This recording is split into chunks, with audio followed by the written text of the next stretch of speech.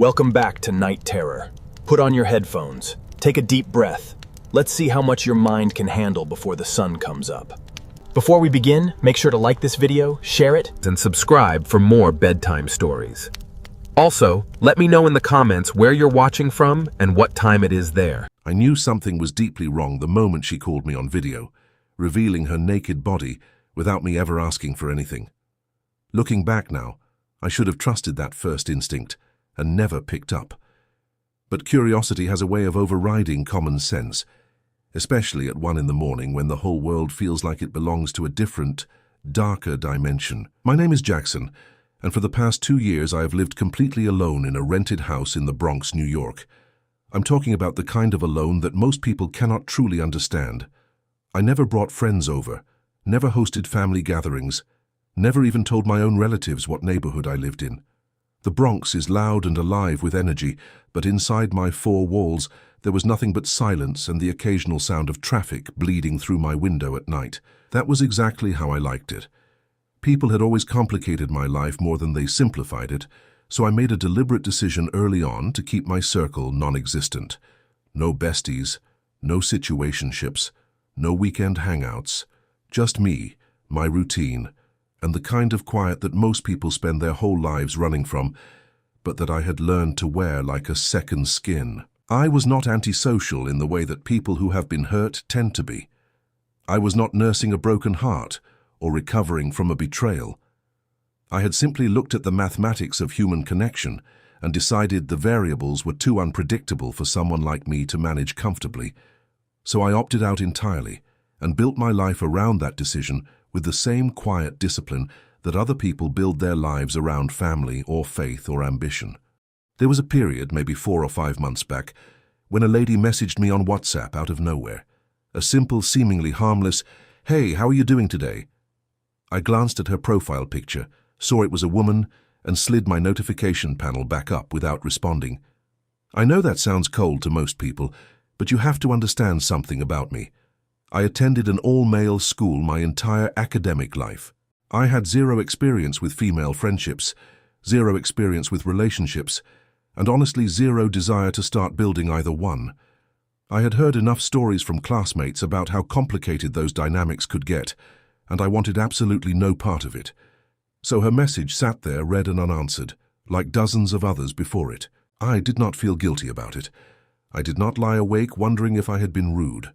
I simply moved on with my day the way I always did, unbothered and contained within the life I had carefully constructed around myself like a fortress with no front gate. 3 months passed. Then she messaged again. "Hey, do you remember me?" Same response from me. I read it, felt nothing in particular, and went about my day.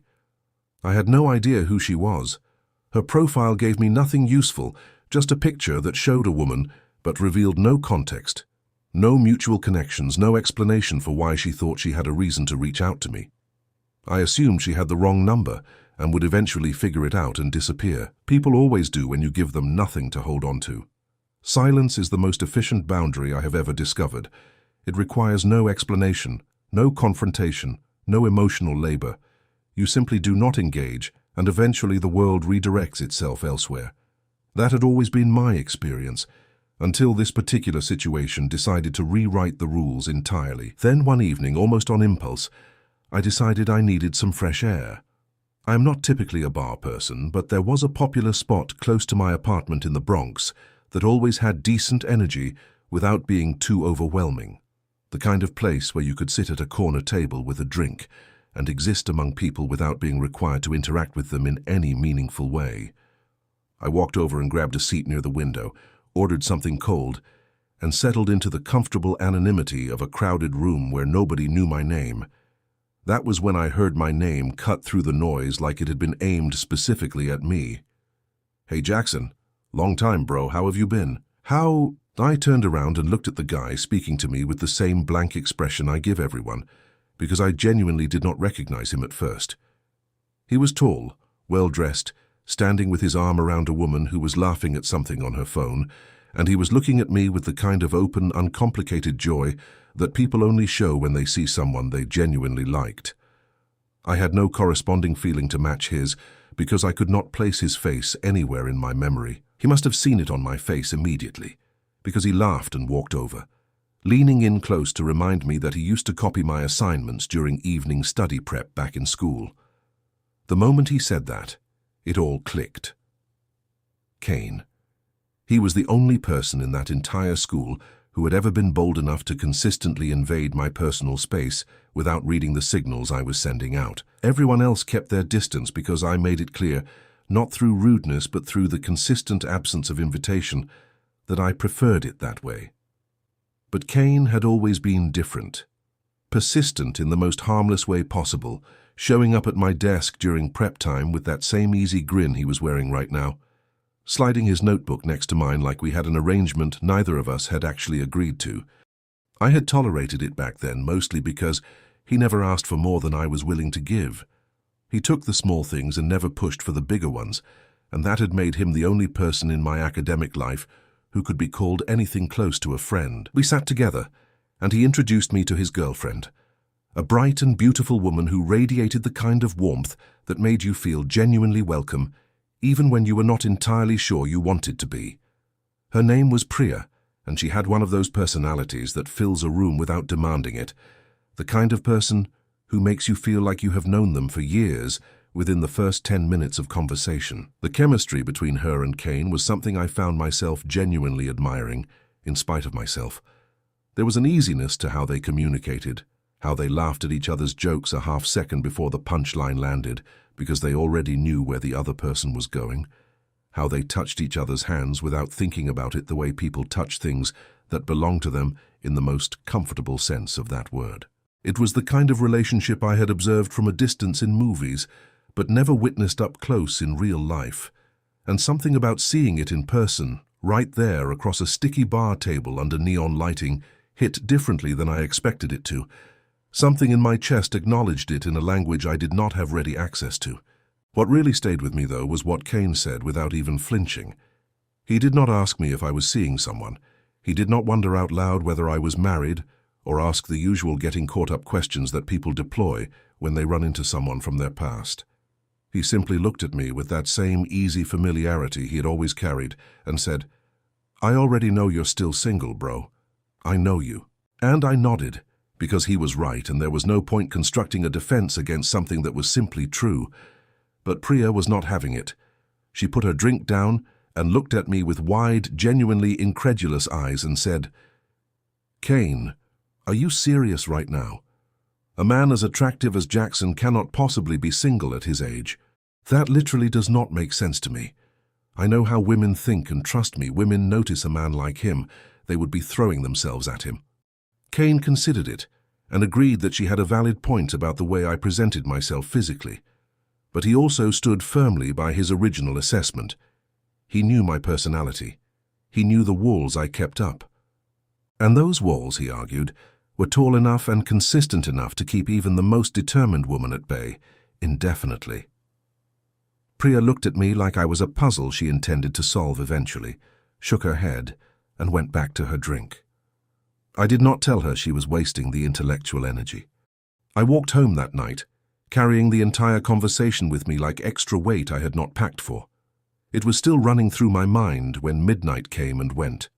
The image of Kane and Priya's hands touching on the table. The way he had looked at her when she was not watching him. The way she had laughed. At exactly 1 in the morning, a message notification lit up my phone screen in the dark of my bedroom. It was from the same woman who had messaged me twice before with no explanation, no context, no indication of how she had my number or who she thought I was. The message read, "Good night, my love."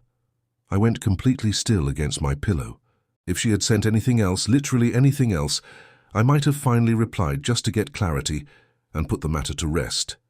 But that specific phrasing, that casual and unearned intimacy arriving from a complete stranger at 1 in the morning in the dark of my bedroom, made my skin crawl in a way I could not immediately explain or dismiss.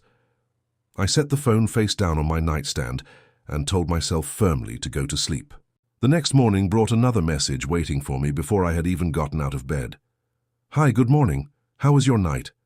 This time, I typed back, short and direct, the way I prefer all communication to be. Please, who are you?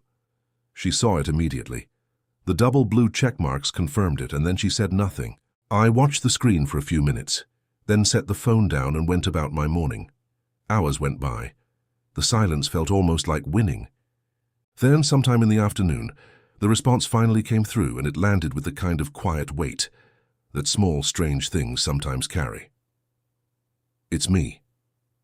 Your love. I read those 3 words and felt something shift in the atmosphere of my apartment in a way that I could not immediately name or explain. I did not have a love. I had never had a love. I had never been in a situation where those words applied to me in any direction. So where was this coming from, and more importantly, who was operating behind it? My mind jumped immediately back to Kane and Priya. The timing felt too convenient. The conversation from the bar too fresh in the context of these messages. I grabbed my phone and called Kane, and he swore on everything that he knew absolutely nothing about it. He sounded genuinely confused when I explained it to him. He put me on hold and asked Priya right there, and she denied it too, though she did laugh in the background and say something that sounded like, "I told you so," directed at Kane about what she had said at the bar. Afterward, Kane called me back privately, his voice carrying the particular seriousness he only deployed when he meant something. He told me I was not a young kid anymore. He told me that a man who goes through life with no one close to him is not living a safe life. He is living an exposed one. I did not fully understand what he meant by that at the time. I thanked him for checking and hung up feeling more unsettled than I had before making the call. I went back to the conversation and typed slowly and deliberately, "Who are you and where do I know you from?" Her response came back almost immediately, faster than felt natural, as though she had been watching the screen and waiting for my fingers to stop moving. "You will know tonight." There it was again, that word, tonight, with the same one in the morning energy hanging over it like a sentence that had already been decided before I had any say in the proceedings. That night I was already in bed when my phone rang. A WhatsApp video call. The time on my screen read exactly 1 a.m., the same hour she had texted me the night before, the same hour the goodnight message had arrived. I lay there staring at the ceiling for a long moment with the phone buzzing and glowing in my hand, and I genuinely wrestled with myself over it. The rational part of my brain assembled its arguments. What if I actually knew her from somewhere, and my mind had simply failed to make the connection? What if this was entirely innocent, and I was constructing a threat out of something that had a perfectly reasonable explanation waiting on the other side of that call? What if ignoring it was the more dangerous choice? Just as I reached a decision and moved to answer, the call cut off with the abruptness of a door closing. Then her message arrived in the silence that followed. "Don't you want to know me?" She called again almost immediately, and this time I answered. What I saw on that screen made me shout loud enough that I am genuinely surprised my neighbors did not respond. She was standing directly in front of her camera with no clothes on whatsoever, positioned deliberately. Her face kept completely out of the frame as though she had done this before and knew exactly how much to show and how much to withhold. I ended the call instantly. My hands were shaking in a way that had nothing clean or simple about it, and I am not going to pretend otherwise. I put the phone on my nightstand and lay on my back staring at the ceiling for a very long time, telling myself to regulate my breathing and think clearly. She never called back that night. The silence that followed was complete, and somehow worse than the call had been. The following afternoon, a message came through that almost pulled a genuine laugh out of me. "Your charge is $1,000. Then she dropped an account number beneath it, like this was a standard invoice for services rendered. I read it twice and felt the tension of the previous night dissolve into something almost like relief, because suddenly I had a category for this. Sextortion. I had read about this exact scheme in online forums, in news articles, in Reddit threads, where men described almost identical sequences of events. Her stranger makes contact, builds minimal engagement, exposes themselves on camera to a target who has not solicited it, then threatens to distribute the footage to the target's contacts unless payment is made. The scheme worked because it weaponized shame. But I had nothing to be ashamed of. I had not asked for the call, I had not responded to it, I had not sent anything back.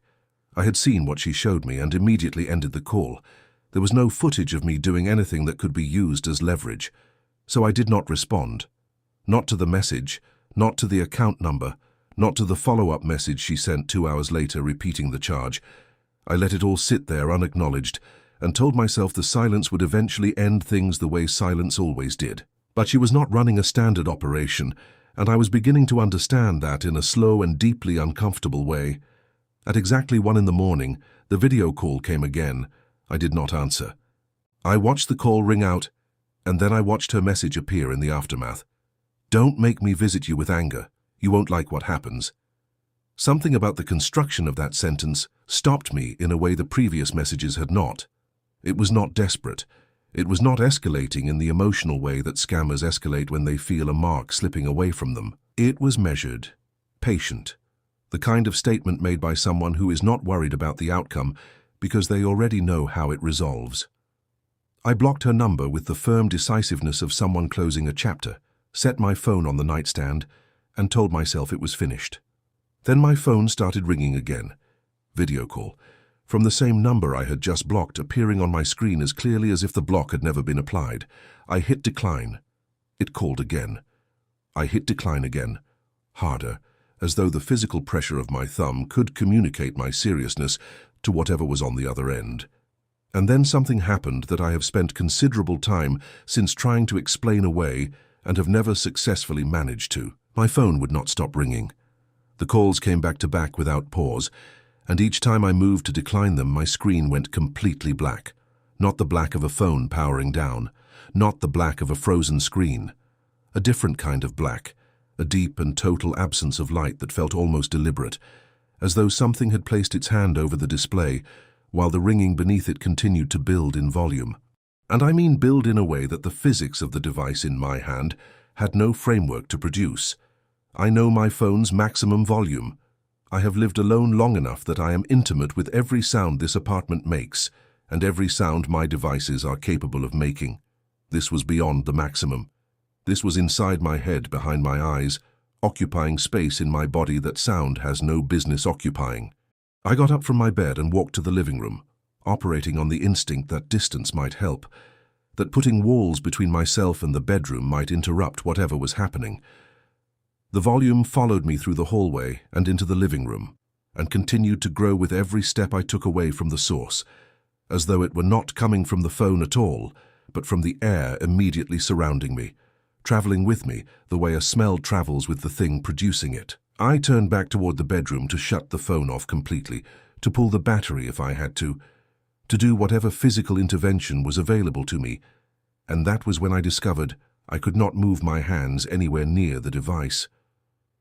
I want to be precise about this because imprecision would make it easier to dismiss. It was not paralysis in the neurological sense. My hands moved freely in every other direction, but every time I extended either hand toward the phone, I encountered a pressure pushing back against my reach, invisible and consistent and utterly without explanation. Like attempting to press two identical magnetic poles together and feeling the field between them refuse to collapse regardless of the force you apply. And then the screen, which had been that deep unnatural black, caught fire. Not metaphorically, not a visual effect produced by the display. Actual flame, orange and real, flickering with the irregular rhythm of genuine combustion, throwing shadows against my bedroom walls that moved the way shadows move when the light source producing them is alive and unstable. The ringing continued underneath the fire like a bass note under a melody, and then the voice came through, rising out of the flame with the calm and unhurried authority of something that has never once questioned whether it would be obeyed. Not a woman's voice, not quite a human voice, something that had learned to approximate one closely enough to be understood. It said, "You have less than 24 hours to settle the debt you owe. After that, I will come to you directly." The flame went out. The ringing stopped. My bedroom was dark and silent and smelled faintly of something I did not recognize and have not been able to identify since. I stood in the center of the room and understood with a clarity that bypassed my rational mind entirely and landed somewhere much older and much more instinctive that whatever I had been dealing with was not a woman with a camera and a Venmo account. It was something that had used those things as a door, and I had opened it. I did not pay. I did not open any door. I pulled every blanket off my bed and carried them to the living room and sat in the corner with my back against two walls and my grandmother's Bible pressed against my chest, a Bible I had carried through 3 apartments and never once opened. Not because I was a religious man, but because it was the only object I owned that felt like it carried the weight of something outside of whatever was closing in around me. I sat like that until the sun came through my windows, and the Bronx outside began producing its familiar morning sounds, and the world reassembled itself into something that looked, at least on the surface, like the world I had always known. When the morning had established itself fully, and the night felt like something I could examine from a safer distance, I picked up my phone and did something I had not done in 8 months. I called my mother. I did not tell her what had happened the night before.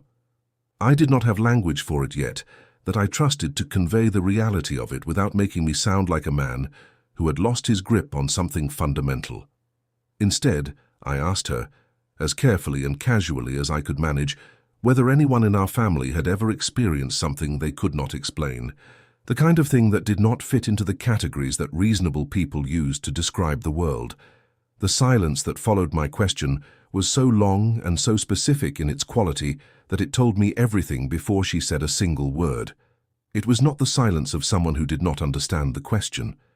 It was the silence of someone who had been waiting for a particular question to arrive and was now deciding how to receive it. When she finally spoke, her voice was measured in a way that my mother's voice almost never is.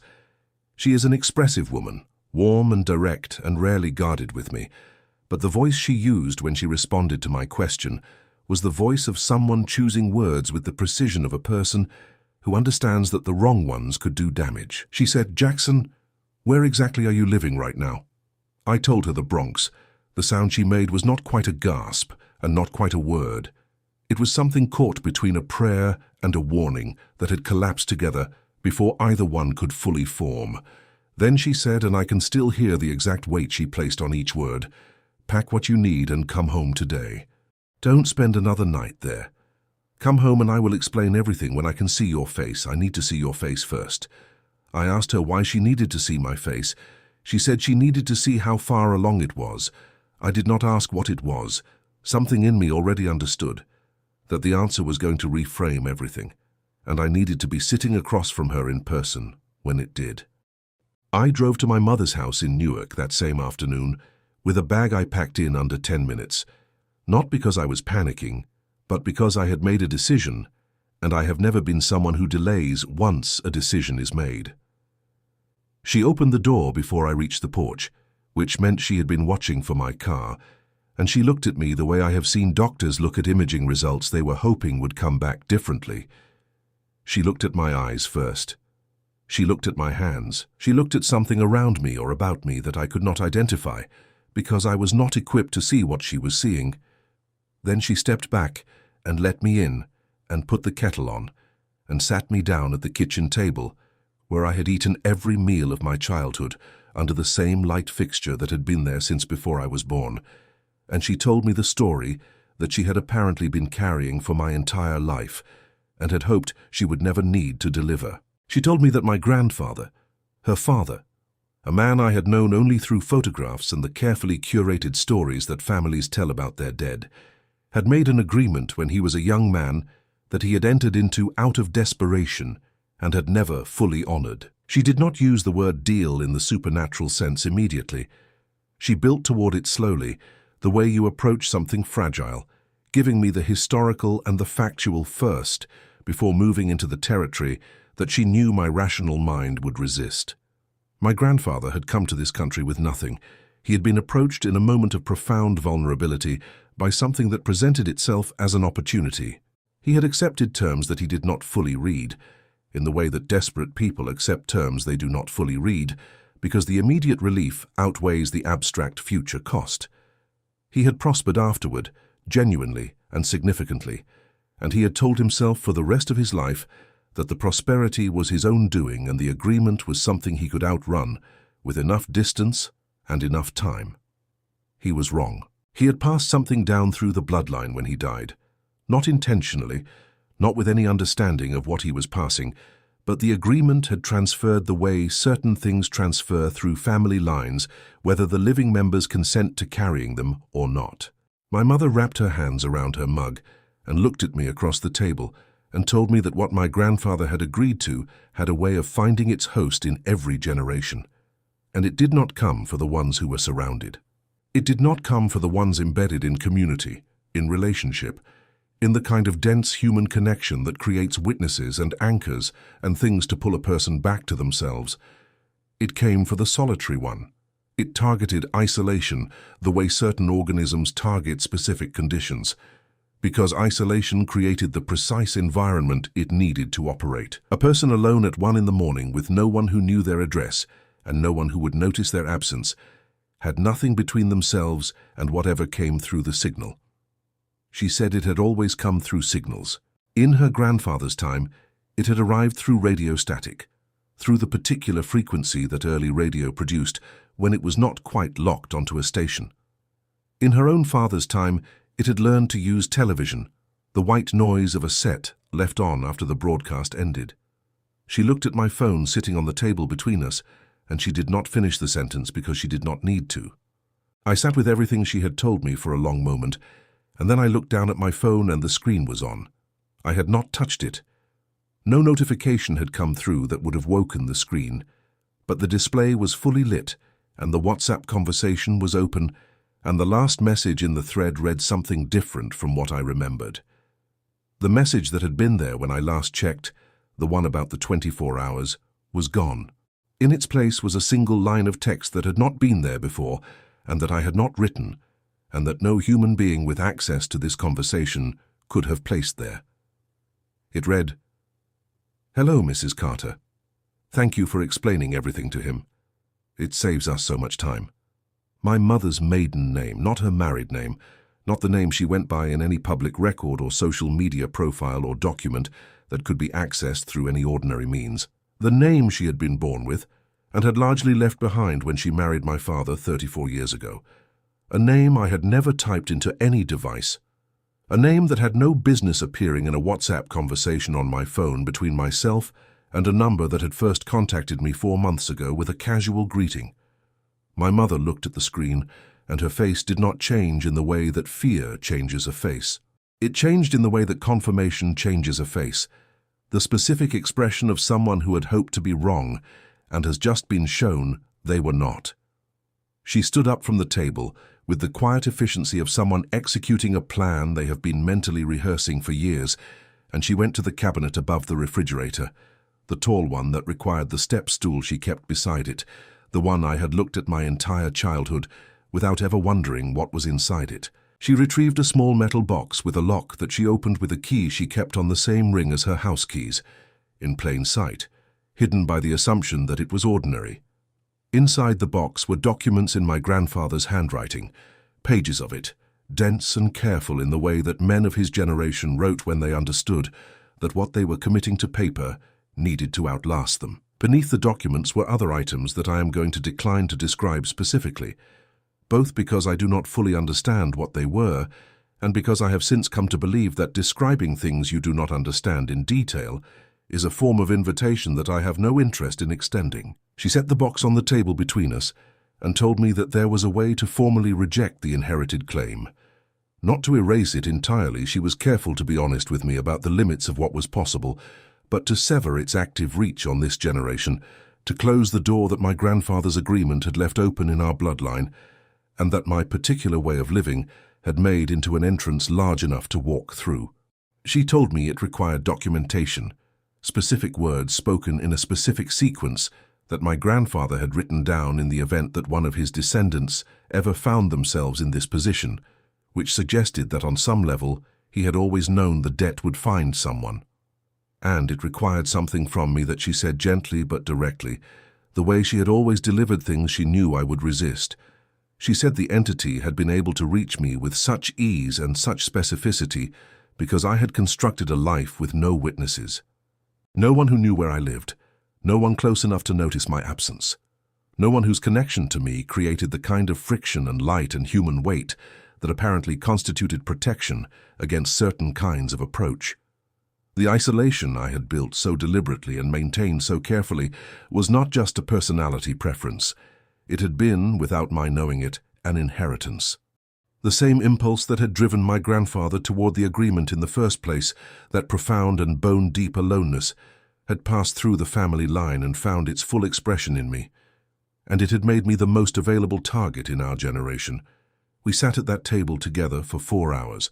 My mother read from my grandfather's documents, and I listened in a way I have never listened to anything before or since, with every part of me present and still. There were words spoken that I am going to keep to myself, not out of drama, but out of the genuine conviction that they belonged to my family and to the specific situation they were designed to address. There were things done with the items from the box that I watched my mother handle with the confidence of someone who had learned what they contained. Even if she had prayed, she would never need to use the knowledge. When it was finished, the kitchen felt different in a way that is almost impossible to describe to someone who has not experienced the before and after of something like that. Lighter is the wrong word. Cleaner is closer. Like a window had been opened in a room that had been sealed for longer than anyone currently alive could remember. My phone screen lit up one final time that evening while we were sitting together eating the dinner my mother had made. The WhatsApp conversation opened itself the way it had at the table earlier, and I braced for another message, written in language that should not have been accessible to whatever was operating on the other end. But the conversation thread was empty. Every message was gone, the contact itself was gone. The number, when I searched for it manually, returned nothing. No chat history, no profile, no trace of 4 months of contact that had led to a naked video call at 1 in the morning, and a voice rising out of fire in my bedroom telling me I had less than 24 hours. Erased as cleanly as if it had never been written. My mother watched me check and double-check, and then she reached across the table and put her hand over mine the way she had when I was small, and she wanted me to stop moving and just be still for a moment. She said, "It's not finished, Jackson. I want you to understand that. It's renegotiated. There's a difference." I asked her what the difference meant practically, what I needed to do going forward to keep the door from opening again. She was quiet for a moment, and then she said something that I have thought about every single day since. She said, "Stop being so alone, not because it's dangerous, though it is, but because you were never meant to live the way you've been living. Your grandfather made a choice in loneliness, and it cost this family more than any of us have ever been able to calculate. Don't repeat it, that's all. Just don't repeat it." That was 8 months ago. I did not move back to the Bronx apartment. I found a new place in a different part of the city, and this time I told my mother the address. I told Kane, too. He acted like I had handed him something precious, which I found both embarrassing and oddly moving. His girlfriend Priya started a group chat with the 3 of us that I initially found mildly irritating, and now check more than I would ever admit to either of them. I have a neighbor in my new building whose name I know and who I nod to in the hallway, and occasionally exchange brief words with about the weather or the elevator being out of service again. Small things. Ordinary things. The kind of things that I spent years treating as optional features of a life that could function perfectly well without them, and that I now understand are closer to structural requirements than accessories. I will not tell you that everything resolved with the clean completeness of a story that knows it is a story. It did not. There are still nights when my phone lights up at exactly 1 in the morning, and I wake up with my heart already running before my mind has caught up with the reason. There are still moments when I am in a room alone, and something in the quality of the silence feels like it is being listened to from the outside.